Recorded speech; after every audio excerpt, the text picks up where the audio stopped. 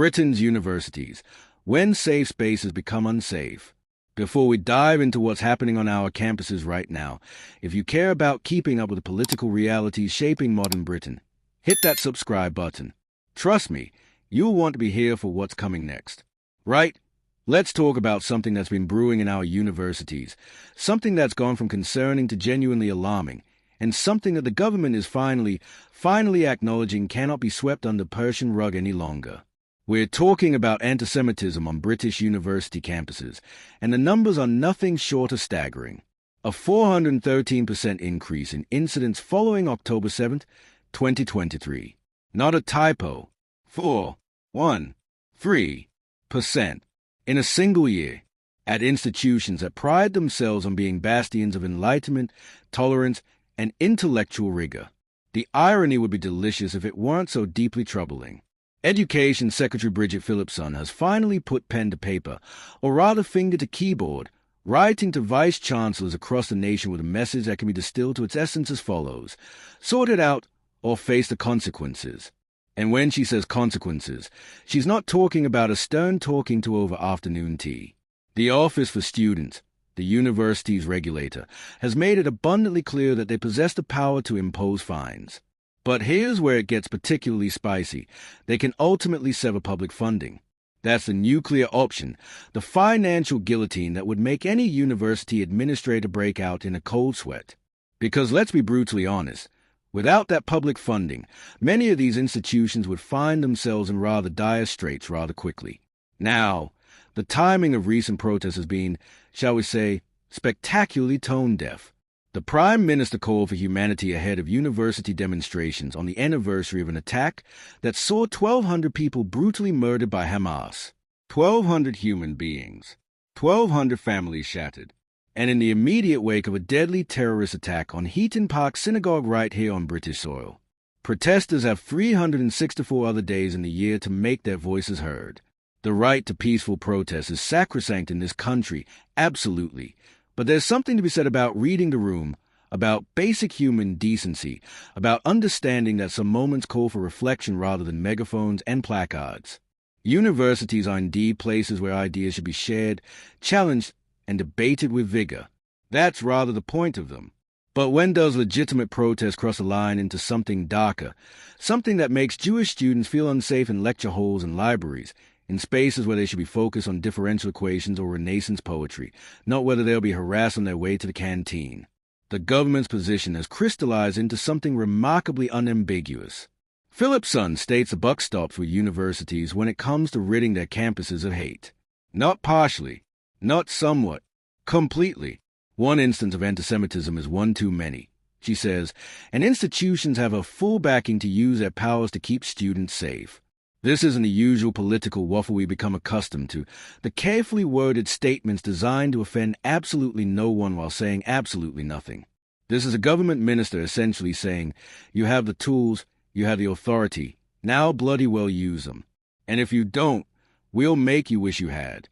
The Home Secretary has announced explicit powers for police to clamp down on repeated protests to protect communities from cumulative disruption. Because here's the thing about constant protest action. It's not just disruptive, it's designed to exhaust, to wear down, to make normal life impossible for those targeted. Death by 1,000 demonstrations, if you will. But Phillipson goes further, and this is where the analysis becomes rather interesting from a policy perspective. She identifies education as our strongest weapon against prejudice. Not legislation alone, not enforcement alone, but education. There's a common core to all forms of hatred, she argues, and it's a toxic cocktail of ignorance and misinformation. In an era where our children and young adults are marinating in online ecosystems that can radicalize faster than you can say algorithm, the government is investing in training staff from primary schools to universities to identify and tackle anti-Semitism specifically.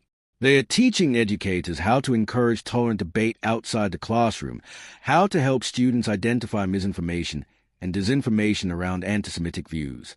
Because let's face it, a 15-year-old scrolling through TikTok or Instagram isn't exactly equipped with the critical thinking tools to discern fact from fiction when both are presented with equal conviction and production value.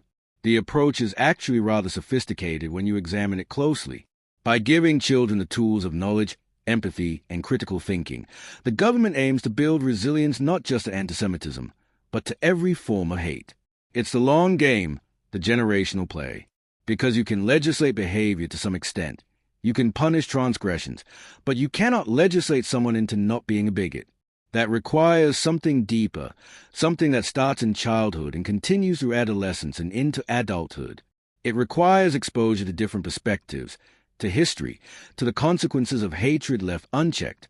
It requires understanding that the other isn't actually other at all, but simply another human being trying to navigate this impossibly complex existence we all share.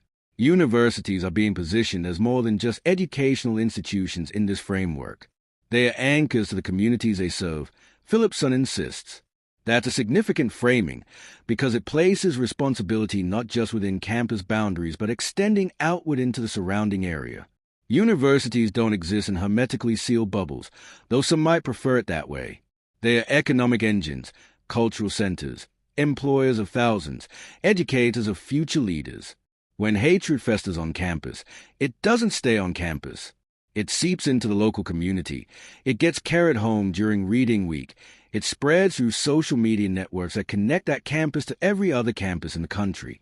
The interconnectedness of it all means that a problem at one university is, in some sense, a problem for all universities. What's particularly striking about this governmental approach is the emphasis on collective responsibility. Phillipson is urgently convening university leaders, police, and faith community organizations to establish what more can be done together, not in isolation, not working at cross purposes, but together, because this isn't a problem that any single institution or agency can solve alone.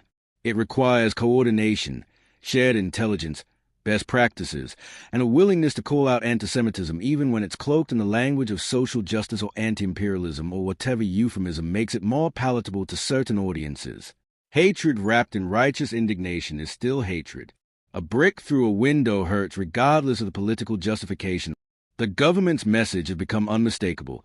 Hate and harassment of any community will not be tolerated. Any community. Because the moment you start making exceptions, the moment you decide that some forms of bigotry are acceptable while others aren't, you've already lost a moral argument. You've already conceded that universal human dignity is negotiable based on identity or politics or historical grievance. And once you've conceded that, you're on a very slippery slope indeed. The principle must be absolute, even if the application requires nuance and context. Jewish students have the same right to feel safe on campus as Muslim students, as Christian students, as atheist students, as students of every background and none. This should be self-evident. And yet here we are in 2025 having to state it explicitly. There's a broader context here that's worth examining, uncomfortable as it might be. The rise in campus antisemitism isn't happening in a vacuum. It's occurring against a backdrop of increasing polarization across British society, of social media algorithms that reward outrage over understanding, of geopolitical conflicts that people project onto their neighbors and classmates who have absolutely nothing to do with decisions made by governments thousands of miles away. It's occurring in an environment where complexity is unfashionable, where nuance is seen as weakness, where you're either entirely with us or entirely against us with no middle ground permitted. Universities, traditionally spaces for embracing complexity and nuance, are succumbing to the same forces that have coarsened our broader political discourse. And that should worry us all, regardless of where we sit on any particular political spectrum.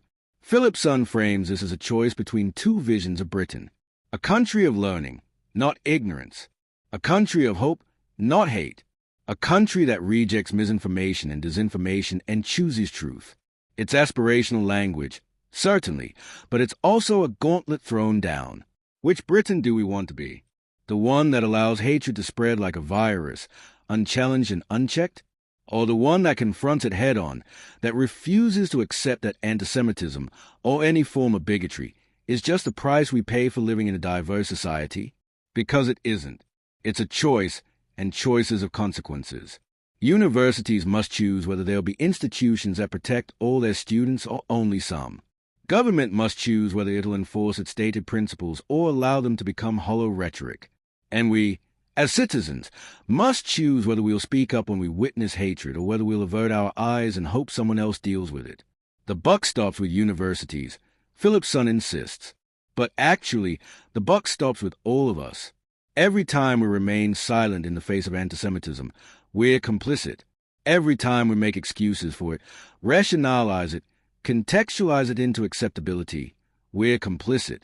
Every time we decide it's not our problem because we're not Jewish, we're complicit. This isn't about picking sides in geopolitical conflicts we have limited ability to influence.